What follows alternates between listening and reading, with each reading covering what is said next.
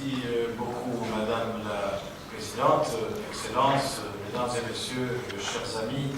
C'est vraiment un grand plaisir pour moi de m'exprimer aujourd'hui à l'occasion de ce colloque qui est dédié au défi de l'universalité, 70 ans presque de la Déclaration universelle des droits de l'homme.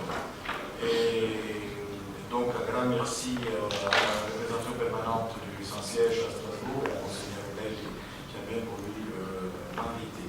Et je suis tout particulièrement heureux de pouvoir le faire en compagnie de deux personnes pour lesquelles j'ai la plus haute estime. Son Excellence Monseigneur Gallagher et Monsieur le Professeur Descaux. Et inévitablement, je vais revenir sur certaines des choses dites, brillamment dites par le Professeur Descaux, mais je le ferai dans la perspective, comme Madame la Présidente vient de le dire, d'un regard croisé sur la Déclaration et la Convention européenne des droits de l'homme, ce qui devrait nous permettre de tirer un bilan, de dégager quelques perspectives pour l'avenir de la protection des droits de l'homme à travers le monde. Et cela devrait permettre également de répondre à plusieurs interrogations que soulève 70 ans après la notion d'universalité des droits de l'homme. Quelle est leur place aujourd'hui? Les droits de l'homme sont-ils encore universels? Ne sont-ils pas devenus, à l'image de systèmes de protection mis en place, simplement régionaux?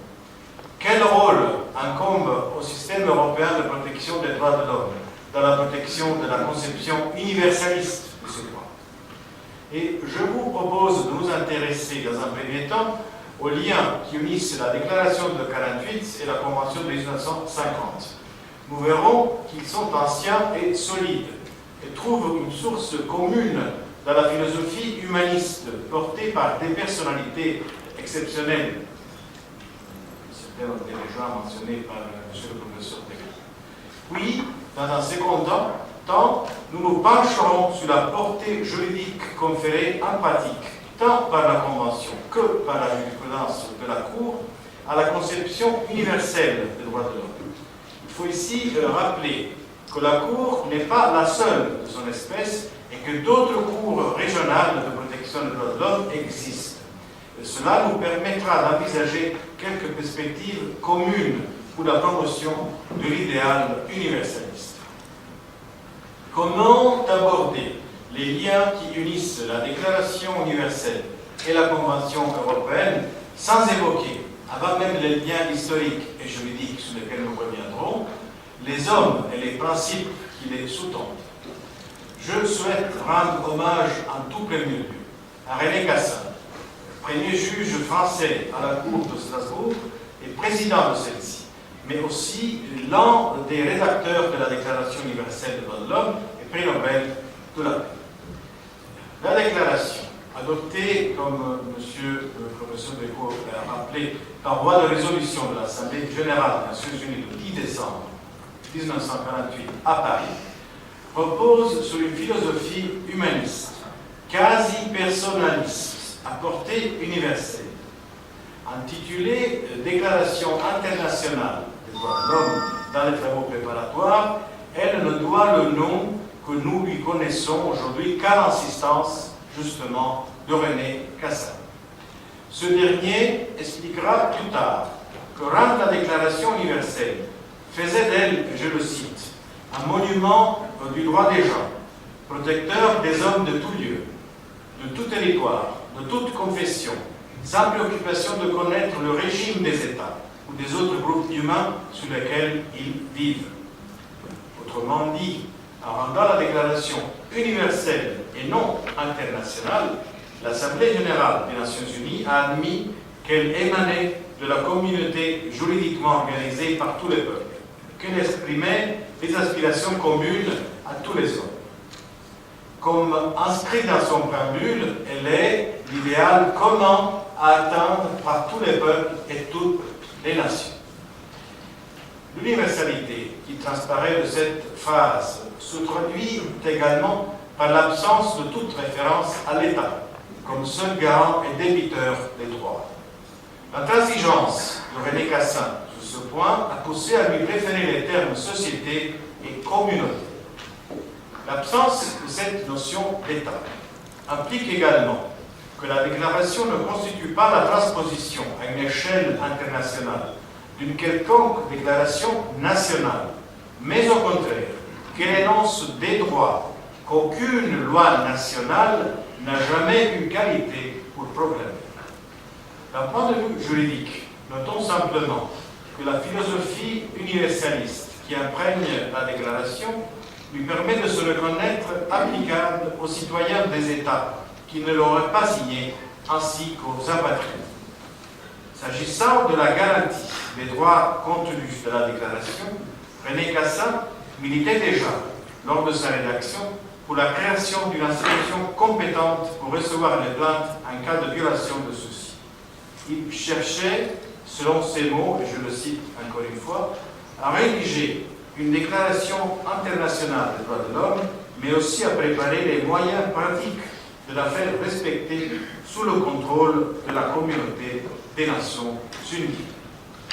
C'est le programme qu'il avait envisagé et qui vient, comme M. le professeur vient de dire, vient d'être complété.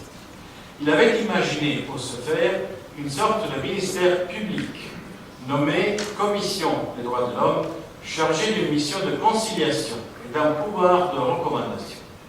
Pour autant, après la proclamation de la déclaration, les travaux de la Commission des droits de l'homme butèrent précisément sur cette question. Comment s'assurer du respect par les États signataires de ces droits? Comment mettre au point des instruments juridiques contraignants et des mécanismes de contrôle efficaces?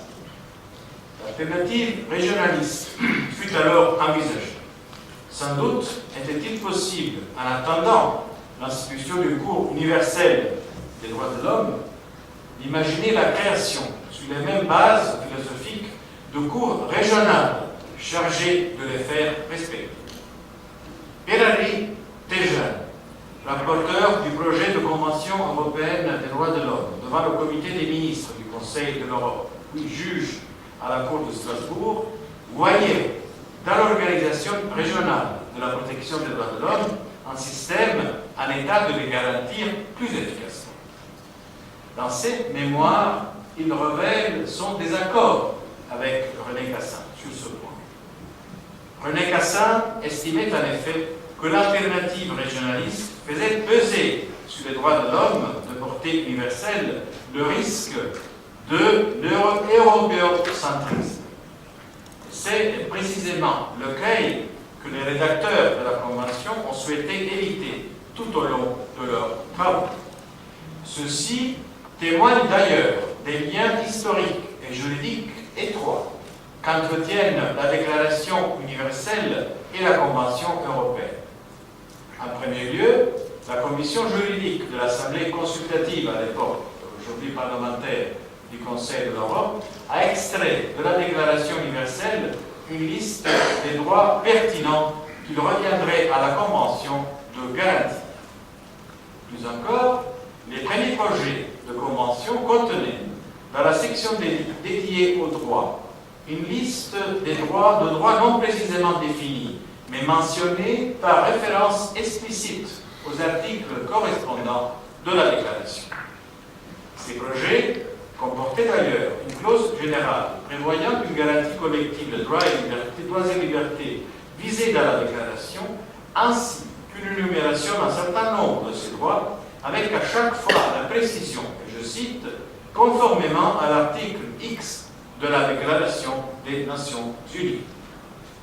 Néanmoins, une fois le processus de rédaction abouti, la nécessité de définir ces droits de manière plus détaillée et de les faire exister de manière autonome fut mise au jour, du fait notamment de la nature juridique de la Convention. Celle-ci devait être en effet plus qu'une déclaration à portée morale, un outil contraignant de garantie des droits. Citer les droits conformément à la Déclaration universelle ne suffisait plus. Et ce changement d'optique provoqua la disparition des renvois à cette dernière dans le corps de la Convention. Mais l'idéal universaliste ne fut pas pour autant mis de côté, pas plus que les liens entre les deux textes ne furent rompus. En introduisant une référence forte à la Déclaration universelle des droits de l'homme dans le préambule de la Convention, les rédacteurs de cette dernière évitaient l'écueil du régionalisme. Sans revenir sur la valeur juridique du préambule, qui quand même est un véritable guide d'interprétation des dispositions de la Convention, disons simplement que l'insertion de la déclaration en son sein affirme d'emblée le lien étroit qui unit les deux instruments. Ainsi que le disait mon prédécesseur et ami ici présent, Jean-Paul Costa, il y a déjà 10 ans maintenant, je le cite, la déclaration peut fonder une interprétation extensive de certaines dispositions de la Convention. Enfin, le préambule se conclut en rappelant que la Convention doit être considérée comme un instrument reflétant la résolution des États à prendre les premières mesures propres à assurer la garantie collective de certains droits énoncés dans la Déclaration. Les droits contenus dans les deux textes sont donc universels, quand bien même leur protection est organisée de manière régionale. Ainsi, la référence à la Déclaration universelle des droits de l'homme au début de la Convention européenne établit une relation étroite entre cet instrument régional et les normes universelles promues par René Cassin et retenues par les Nations Unies. Les efforts régionaux et universels se complètent et se renforcent, sans contradiction, pour donner corps aux droits de l'homme et les défendre. Cela transparaît, on l'a dit dans le préambule de la Convention européenne, mais aussi dans d'autres traités régionaux en la matière.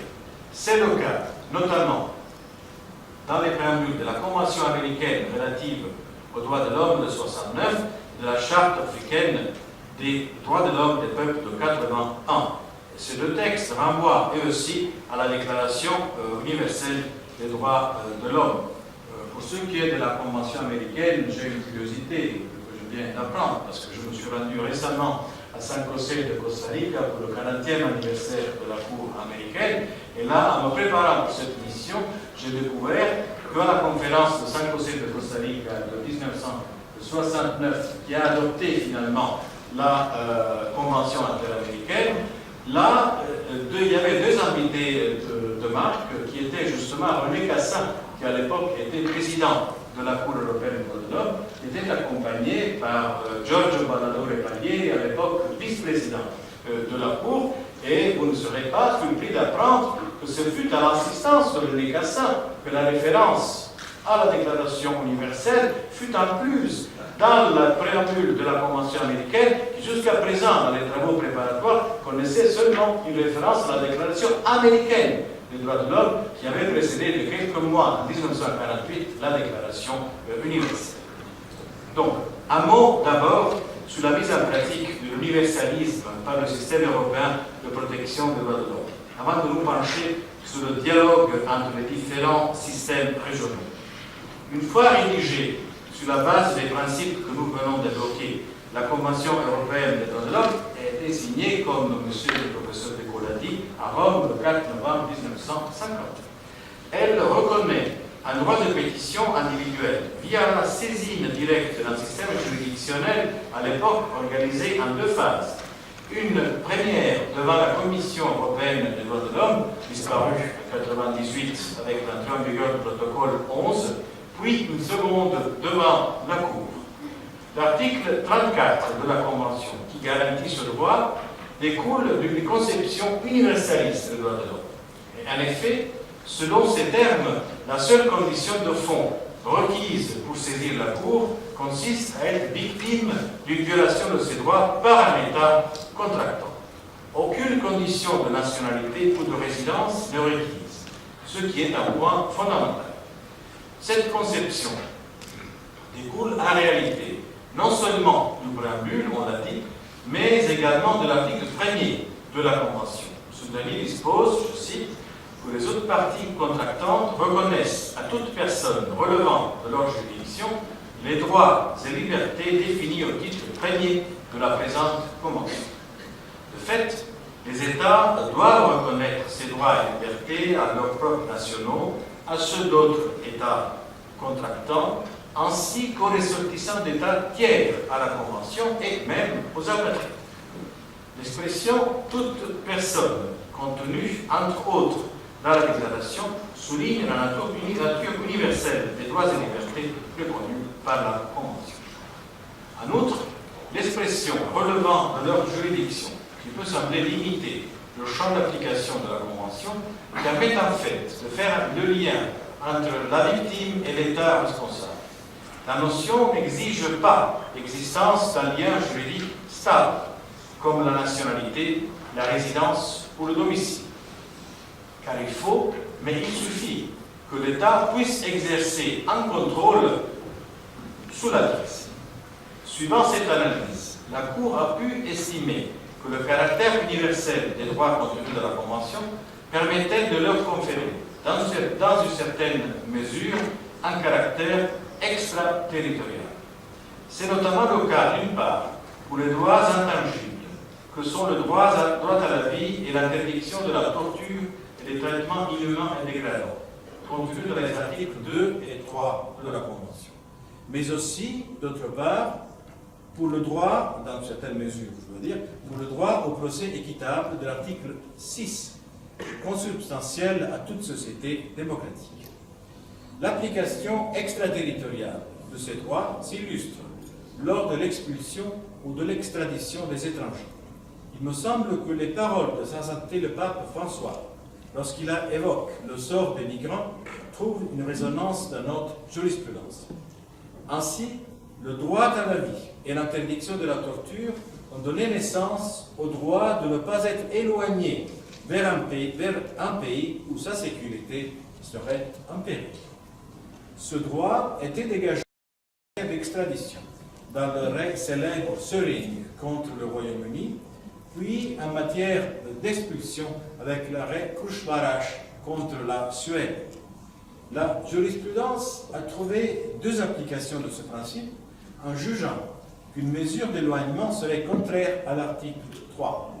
D'une part, dans l'arrêt Söring, lorsque le requérant prouve l'existence de motifs réels et sérieux permettant de croire avérer le risque de subir dans le pays de destination la torture ou des traitements inhumains et dégradants dépassant un seuil minimum de gravité, peu importe que ceci soit perpétré par les autorités de ce pays ou pour des particuliers, des agents autonomes échappant à leur contrôle. D'autre part, dans l'arrêt Baroshvili contre la Belgique, un arrêt récent de 2016, lorsqu'il existe des motifs sérieux de croire que l'intéressé ferait face, en raison de l'absence de traitement adéquat dans le pays de destination ou du défaut d'accès à ceux-ci, un risque réel d'être exposé à un déclin grave, rapide et irréversible de son état de santé, entraînant des souffrances intenses ou une réduction significative de son espérance de vie.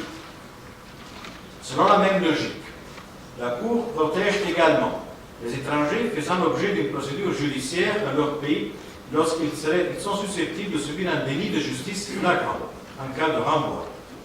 Ce principe découle de l'article 6 de la Convention que j'évoquais auparavant, relatif au droit au procès équitable, qui a été dégagé en particulier dans l'arrêt de Grande Chambre, décision de Grande Chambre Harkins contre le Royaume-Uni.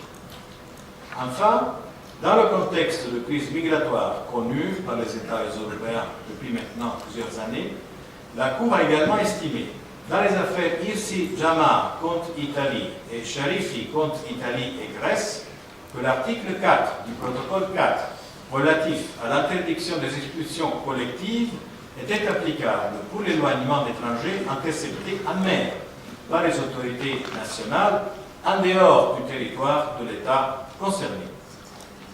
Néanmoins, en dépit de ce que les exemples que je viens d'évoquer peuvent laisser penser, la Cour n'est plus seule dans son combat pour la protection des droits universels.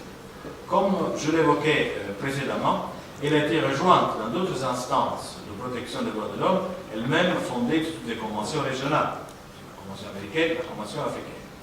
Nous n'entrerons pas ici dans le détail de ce texte, ni de la jurisprudence des juridictions instituées par ceux-ci. Je me borne à rappeler que comme la Convention européenne invente le préambule, je viens de le dire, se réfère à la Déclaration universelle des droits de l'homme.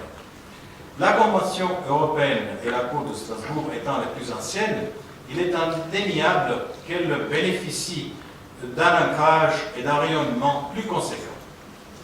D'un ancrage d'abord au sein des États membres.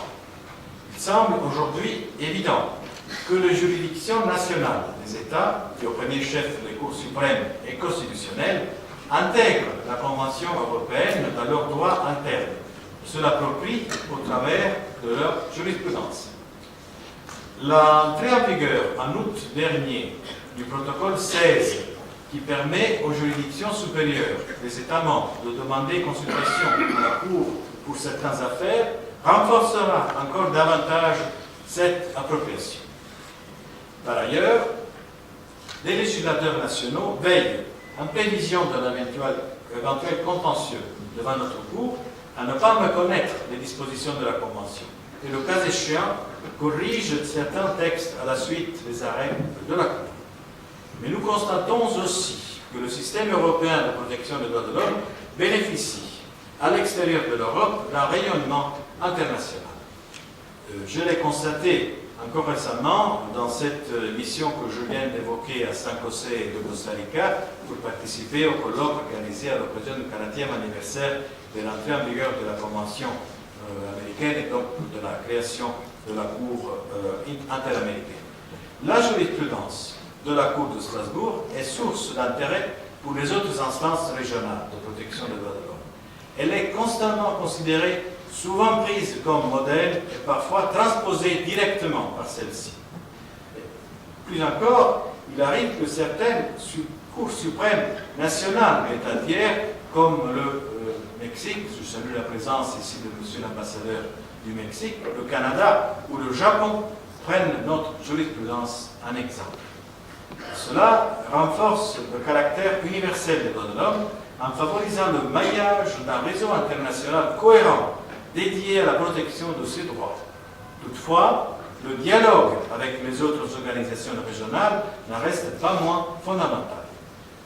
Sur ce point, je pense à ce qu'écrivait lors d'un colloque organisé il y a 10 ans, réunissant les 3 instances régionales de protection des droits de l'homme, Madame le professeur Bourgor de Larsen, à propos de la nécessité de mettre en place une coopération interrégionale renforcée.